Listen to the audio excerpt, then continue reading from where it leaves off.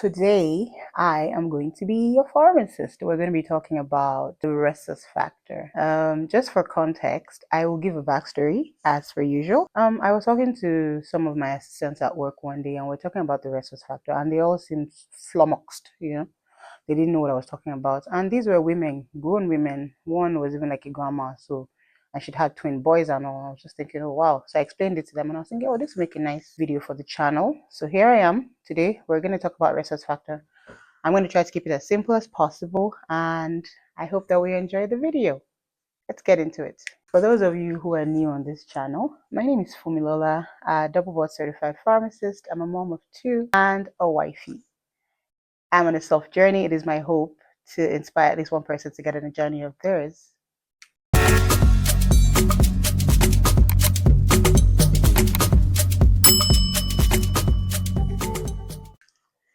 So today, Rhesus Factor. That's our video for today. The Rhesus Factor is an interesting, I'm gonna call it a phenomenon.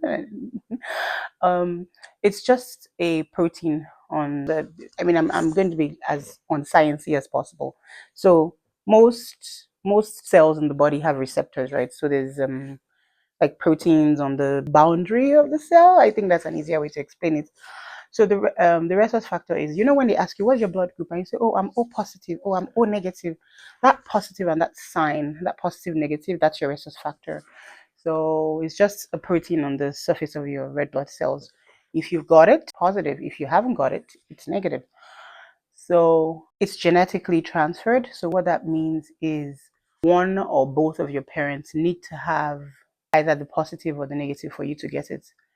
When I was doing the research for this video, I found it interesting that one Rhesus positive, one Rhesus negative parent, child most likely will be negative. One positive, so of course, 2 positive parents, positive, 2 negative parents, negative. But there was a way that they explained it about how, like, I'm trying to be as unsciencey as possible, guys. So I don't know if anybody remembers this thing in biology when they're teaching you genotype or AS. So dominant, recessive. So if, for example, your parent is dominant, so you can be one dominant negative and recessive positive, or dominant positive, recessive negative. So that actually affects the child. I'm not going to be sciencey because I feel like you guys are going to zone out on me. So yeah, genetics are the key factor for how you get the Rhesus Factor. Okay, I think I'll explain it a bit better now. So for a child to be Rhesus negative, both parents need to have the gene. Now, it can be one parent can be Rhesus positive, the other one be Rhesus negative. But that Rhesus positive parent might have a recessive negative and a dominant positive. So when they check the person will say positive, but then the wife will probably have negative, or the husband will have negative. One of them is negative, one of them is positive. But then the child becomes negative because both parents actually do carry the negative gene. One might be recessive and the other might be dominant. Okay, I think that's a better explanation from what I was trying to explain earlier. Yeah. So why is the Rhesus Factor important? There's research about how it affects lifestyle, how some, positive people are more, maybe they live a healthier lifestyle than negative. The research is not clear on that, right? They're like patches here and there. So we're going to talk about the most important reason why you should know what your Rhesus Factor is. I will give a backstory. While we were growing up, there were a lot of people's parents who had just one child, and afterwards they would have like spontaneous abortions. They couldn't carry a child to term, and they tag those children all sorts of names. Abiku, they'll say the firstborn. For those of you who are not Nigerian or Yoruba, Abiku is like a child that is born to die over and over again. And so a lot of people suffered from these things. Thankfully, at the time we were getting born, most parents already now knew about the Rhesus Factor and they were doing stuff to prevent it. So what happens is when a Rhesus negative mom marries a Rhesus positive dad, a dad who doesn't have the Rhesus negative gene at all, because we already discussed that for a child to get the Rhesus negative gene, both parents need to carry gene, either dominant or recessive. Now imagine that a Rhesus negative woman, fully Rhesus negative, marries a man who's fully Rhesus positive and they get pregnant. Now, first pregnancy is usually great, there's no problem, everything is fine. But the woman's body at childbirth, there is like a exchange of, body fluid between mother and baby and stuff. So if the child is Rhesus positive, remember that we said The father is fully rhesus positive, mother is fully rhesus negative. So no chance this child is going to be rhesus negative, right? So if the child is fully rhesus positive, at the point of birth, the blood that mixes with the mother's blood, that's just that tiny part when the umbilical cord is, the stuff is moving around, blood gets crossed. The mother's body receives this rhesus positive blood and sees it as an antigen, right? So the body starts to build antibodies against it.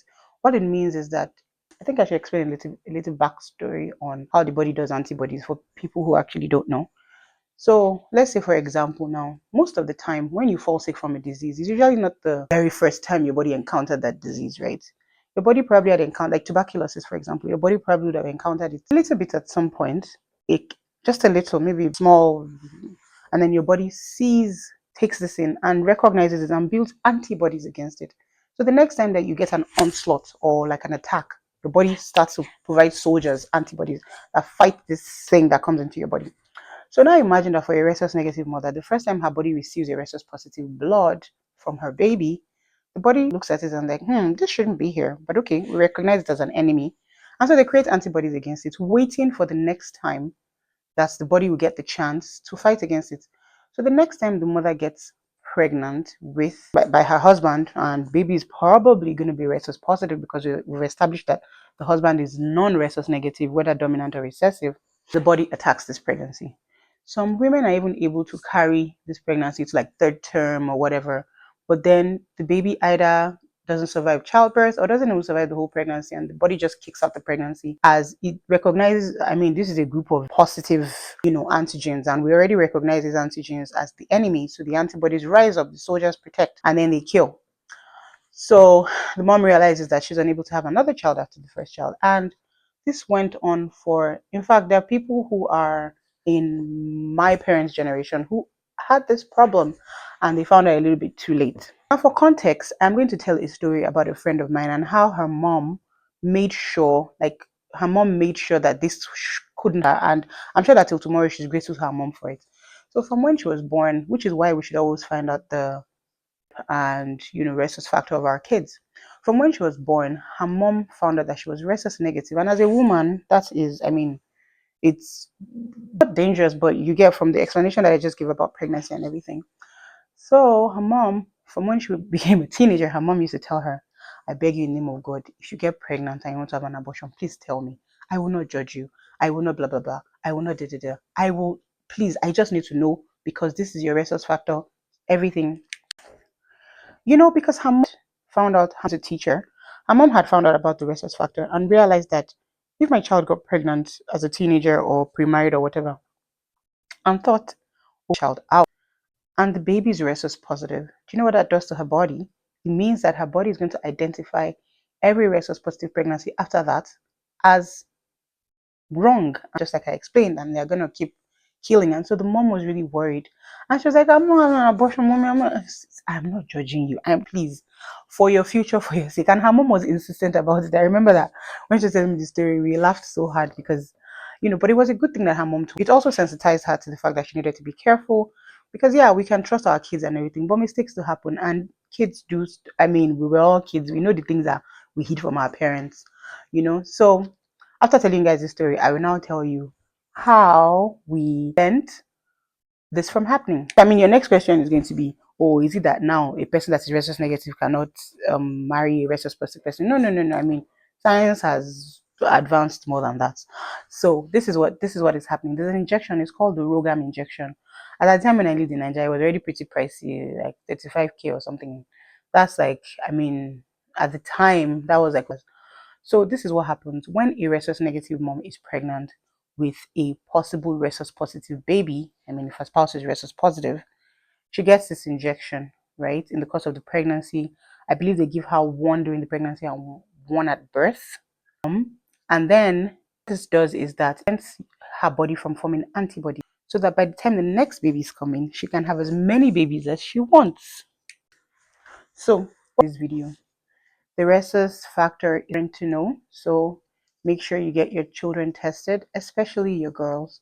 From when they're born, you want to know their rhesus factor.